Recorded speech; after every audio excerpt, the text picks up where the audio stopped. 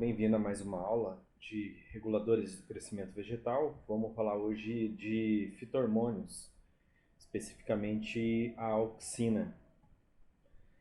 Bom, pensando em auxina, né, entre os fitormônios, auxina, citocinina, giberelina, ácido abscísico e etileno, que são os cinco principais ali, né, mais conhecidos e mais estudados dos hormônios vegetais. Sem sombra de dúvida, a auxina é o hormônio mais importante na planta, né? Ou pelo menos o mais bem estudado, mais bem conhecido, né? Então, em relação à literatura, ele é o mais importante, então. E justamente porque ele é um hormônio que ele é responsável pelo crescimento do vegetal, né? Ele é o responsável pela expansão das células em si, né? Então, por conta disso, ele é o hormônio conhecido, né, já nomeado dessa maneira como hormônio do crescimento. Porque até mesmo o nome, né, auxina, vem do grego auxen, que significa crescimento ou aumentar, né? Então, o nome ele é derivado aí do grego auxen. E, na verdade, né, houveram, né, vários pesquisadores trabalhando com auxinas, mas né, em especial que trabalhou ali desde do século XVIII, né, com substâncias que estavam relacionadas ao crescimento, foi Charles Darwin, entre outras contribuições que a gente bem sabe que fez pela ciência, né?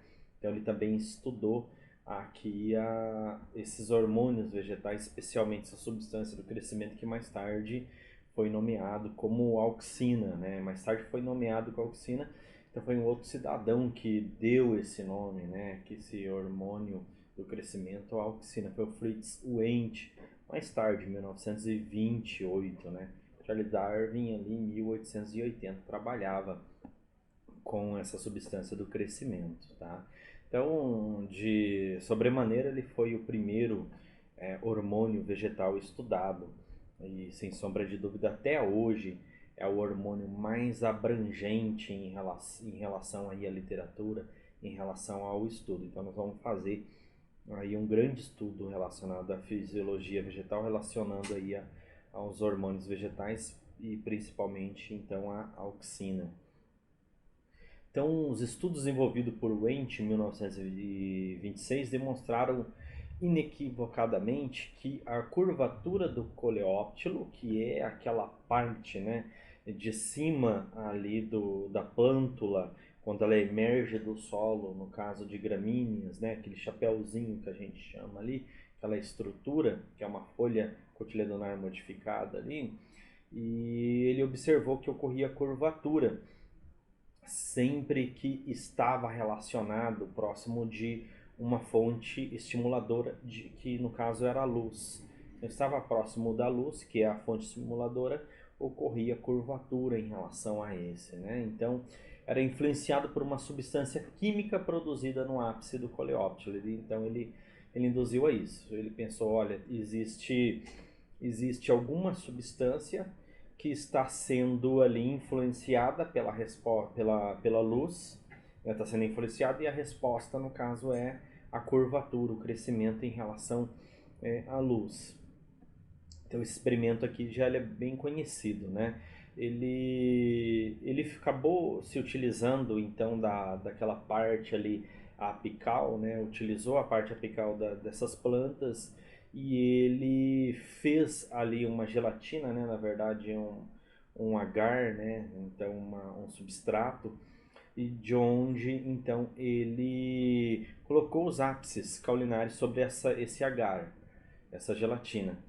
E depois ele seccionou, cortou essa gelatina, então após ter deixado um certo período, um certo tempo, e ele pegou então um cubo desse aqui de agar de gelatina e posicionou em relação ali ao coleóptilo. E quando ele posicionou então esse substrato, ele verificou que ocorria a curvatura, ou seja, ocorria o crescimento ali em relação à luz. Então, com isso, ele provou, já Darwin já tinha feito o experimento semelhante, né? Só que ele colocava uma obstrução na parte ali da parte apical da planta.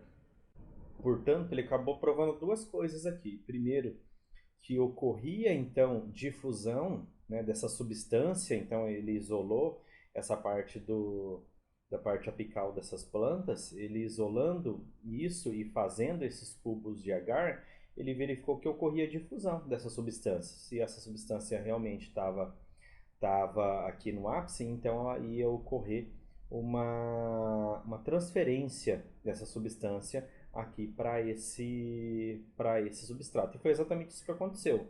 Então ocorreu aí a passagem para essa substância, e isso provou que essa substância não só existia, mas como ela era móvel, então, né, então ocorria a difusão dela. E ocorreu sim, né, a curvatura em estímulo à luz. Então essa substância existia e ele conseguiu isolá-la. Então isso aqui foi um experimento que a partir desse momento vários outros aí, estudiosos conseguiram isolar essas substâncias e fazerem aí experimentos relacionados ao crescimento de plantas. Mas isso aí com certeza, juntamente com o experimento de Darwin, são o experimento mais clássico relacionado a auxinas. Bom, eu já acabei dizendo isso já para vocês, né? Mas é importante a gente reforçar. Onde que são produzidos, então, essa substância? Onde que é produzido na planta, de maneira endógena, de maneira natural? É produzido no ápice. Então, nesta região aqui é produzido. Sempre nesta região, no ápice da planta de crescimento, ocorre então a produção de auxina. Então, todas as regiões aqui de gemas, aqui apicais, ocorre a produção sobremaneira da auxina. E daqui, obviamente, é transportado para outras partes da planta. Mas é somente nas gemas apicais que ocorre aí a produção de auxinas? Não. Nos embriões de sementes também é produzida a auxina, né? Isso é bastante interessante porque isso também explica o crescimento do fruto, porque o fruto ocorre o desenvolvimento, o alongamento das células precisa de auxina. E é explicado não o transporte da folha até o fruto, mas sim é explicado que ocorre a produção de auxina naquele local. Então, algumas exceções aí, né? No restante do metabolismo da planta, geralmente ocorre transferência da parte apical da produção de auxina para outras regiões da planta. No pólen também acontece no momento da fecundação, e isso também ali, né, faz com que ocorra o desenvolvimento ali do floral, né, do florescimento em si. No endosperma da semente, né, então seguindo o raciocínio aqui nos embriões, e nas folhas jovens, mas nunca nas folhas mais velhas. Nas folhas mais jovens também ocorre a produção. Então, mesmo se for ali na região do ápice ali, as folhas mais novas, elas sobremaneira estão produzindo mais. As folhas mais velhas não produzem. Tanto é por isso que é no ápice. No ápice tem folhas jovens, novas. Daí no segundo terço, no terceiro terço abaixo da planta não se produz, porque são folhas mais velhas. Agora as auxinas, né? Então que existe e a gente separando isso, as auxinas que são endógenas, ou seja, aquelas auxinas que são produzidas naturalmente pela planta, e as auxinas que são exógenas, que elas foram isoladas ou podem ser sintetizadas em laboratório, por exemplo, né? A auxina natural mais conhecida é o AIA, o ácido indol acético, né? Então, na década de 1930, dois grupos de pesquisadores aqui na Holanda e nos Estados Unidos, eles identificaram a auxina como sendo o ácido indol acético, AIA. Foi então a primeira auxina isolada, conhecida e identificada, né? Inclusive sua forma cristalina. Posteriormente, outras auxinas naturais também foram descobertas, ou seja, não é somente o AIA, mas, por exemplo, o ácido fenilacético, o IBA. Inclusive, isso aqui, o IBA, ele também é utilizado, né? É isolado e utilizado aí de maneira exógena. Ácido indol 3-butírico, que também é bastante conhecido, né? O AIB, provindo de mostarda e milho, né? E ácido 4-cloro indol 3-acético, que também é uma auxina natural. Então, Obviamente, quando a gente fala em auxina, a gente lembra muito a IA e a IB, né? O ácido indol acético, ácido indol butírico. No entanto, existem também outros aí, como por exemplo o IBA, né? Então não é exclusividade dos únicos dois. Bom, por outro lado, também a gente tem as auxinas que elas são consideradas auxinas exógenas, ou seja, são as auxinas, as substâncias análogas, ou seja, semelhante, parecida, que tem os mesmos efeitos daquelas auxinas que são produzidas endogenamente, de maneira natural pelas plantas, sem que tem esse efeito. E elas podem ser sintetizada ou isolada de uma planta ou sintetizada ali por laboratório. Então a gente tem alguma dessas substâncias que são utilizadas dessa maneira e elas se enquadram obviamente como reguladores de crescimento, que a partir do momento que ela não é produzida endogenamente, de maneira natural pela planta sob demanda, então ela é um regulador de crescimento.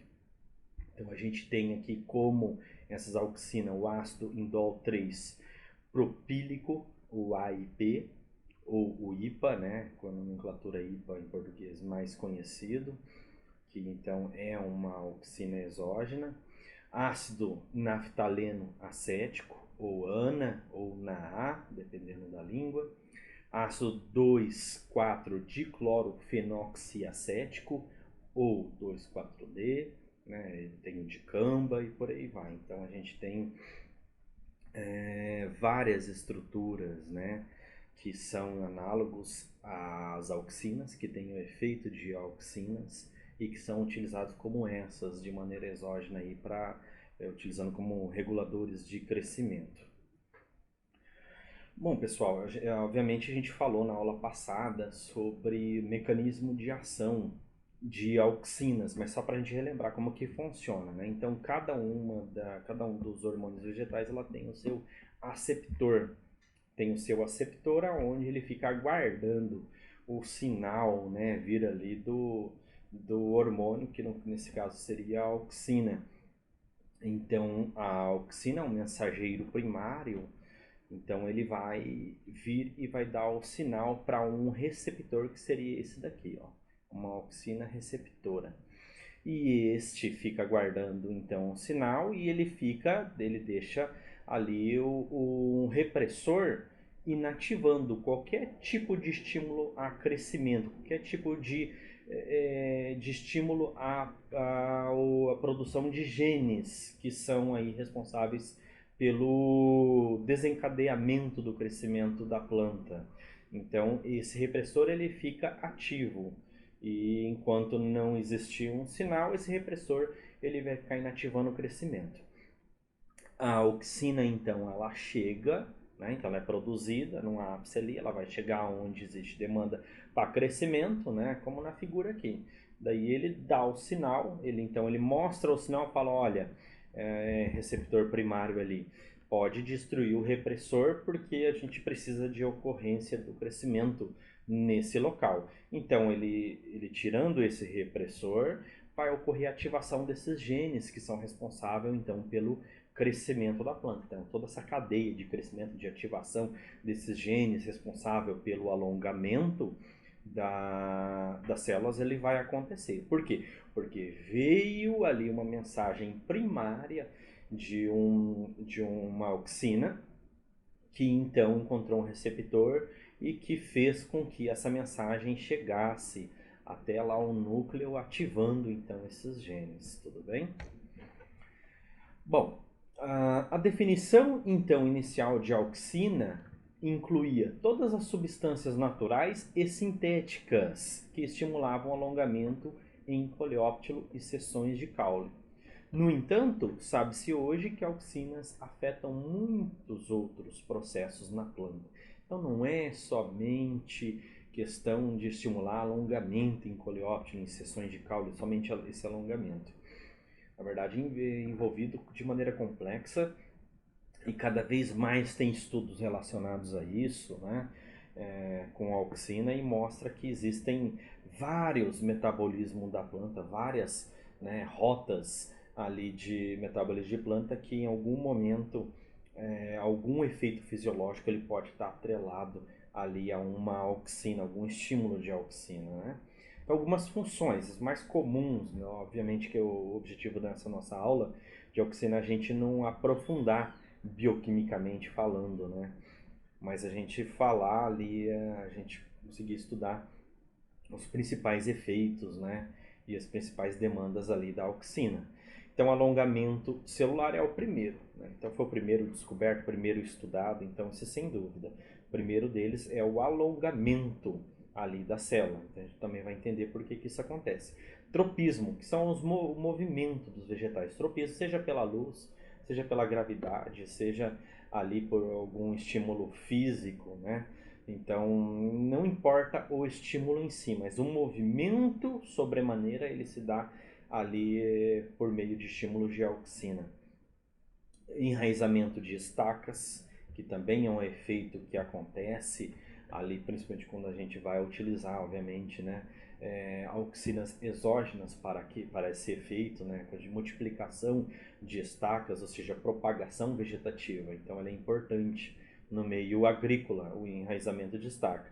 Dominância apical, que o crescimento verticalizado, que a gente costuma falar, né, é diferente do crescimento horizontalizado, que é o crescimento lateral de galhos, gemas laterais. O crescimento verticalizado é a dominância apical. Então, quanto que esse vegetal ele vai crescer verticalmente? Isso é regulado, regulamentarizado ali pelas auxinas. Indução de divisão celular em tecido de calos, junto com citocininas. Então, uma proporção ali meio a meio com citocininas. Então, ocorre essa indução ali da divisão celular em tecidos de calos. Auxinas, então, com relação à biossíntese e transporte, a gente vai passar um pouquinho por cima disso aqui, né? Mas só para a gente saber de onde que veio, né? Então, o principal precursor aminoácido triptofano. Vocês lembram que existem várias rotas ali do metabolismo secundário, né? Então, ali, principalmente a rota de formação ali do ácido chiquímico, pelaquela rota ali que vai ocorrer a formação ali, né, de alguns aminoácidos e principalmente, né, alguns compostos nitrogenados também.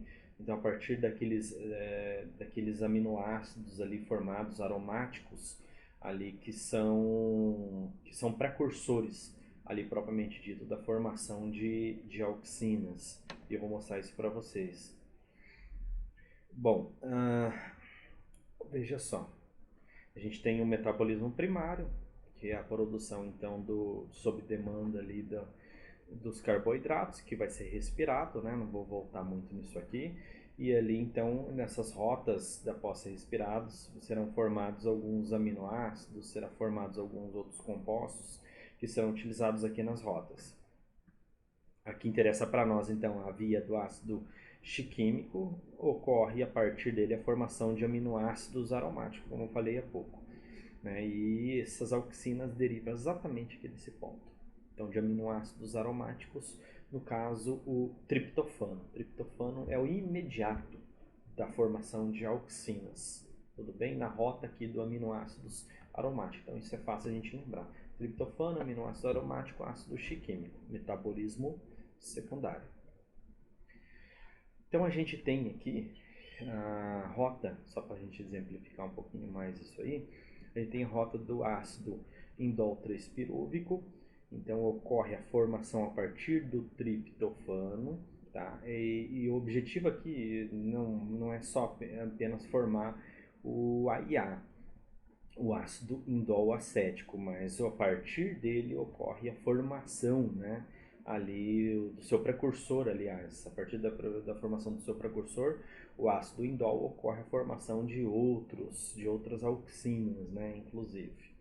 Então a gente tem outras rotas que não é só do triptofano. Essa aqui que eu estou apontando aqui para vocês é a rota do triptofano, tá? Então a partir do triptofano eu vou formar a IA, tudo bem? A partir do triptofano forma a IA.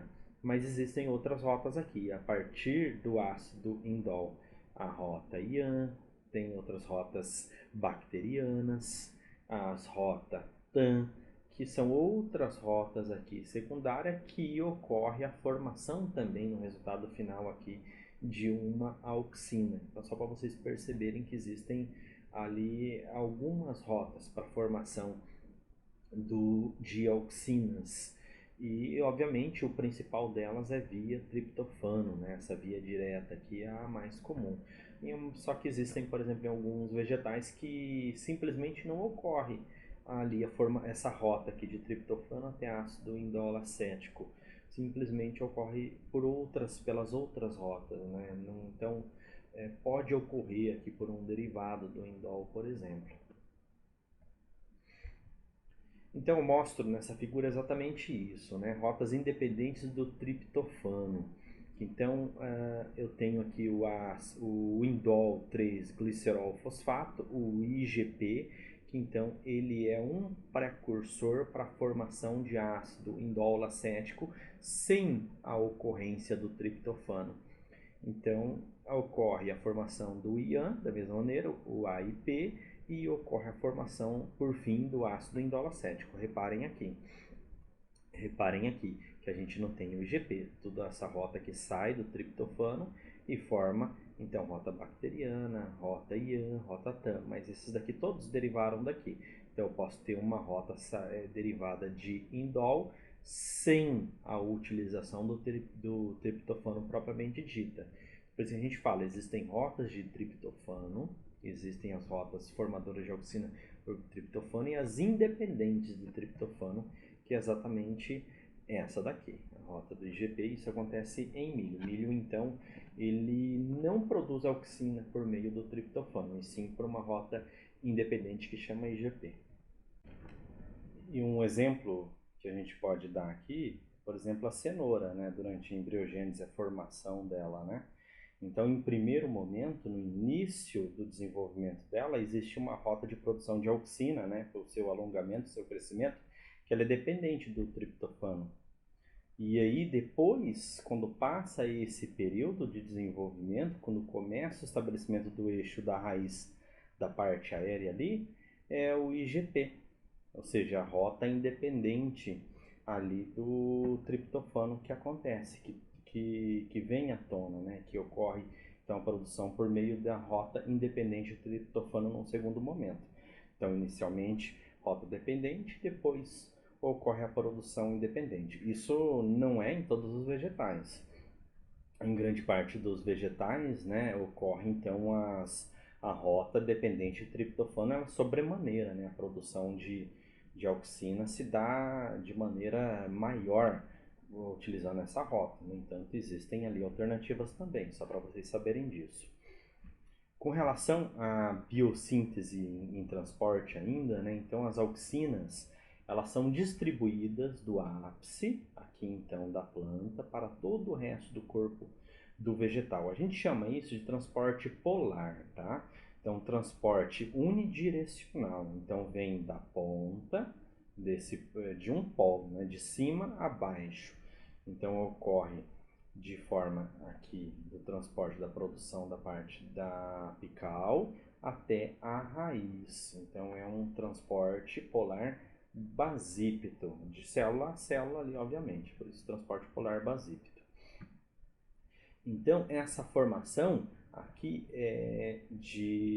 desse gradiente aqui, ele é um gradiente decrescente de auxina, né?